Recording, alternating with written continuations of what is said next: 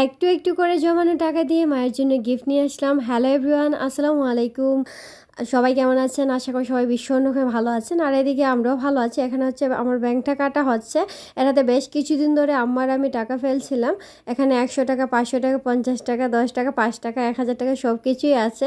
তো ভাবলাম আম্মার জন্য একটা গিফট নিয়ে আসি। বেশ কিছুদিন ধরে হচ্ছে আমাদের ইন্ডাকশন চুলাটা নষ্ট হয়ে গিয়েছে। আর রিসেন্টলি হচ্ছে আমাদের বাড়িতে কাজ চলতেছে। এইজন্য আম্মা বলছিলেন যে এখন আনবেন না, পরে আনবেন।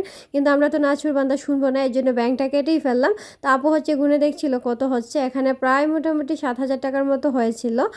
আর এখানে দেখতে পাচ্ছেন ৳১০০ কয়েন আছে, এখানে ৳৫ সবগুলো কিন্তু আমি রেখে দিয়েছিলাম। আর সাথে আরেকটা নতুন ব্যাংক নিয়ে আসছিলাম।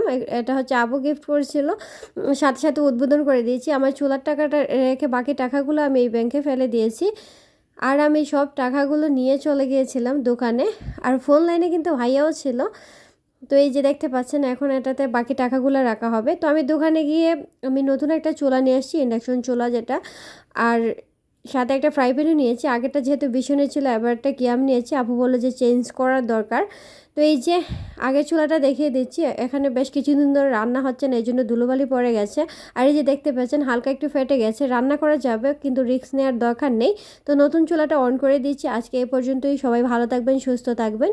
আল্লাহ হাফেজ।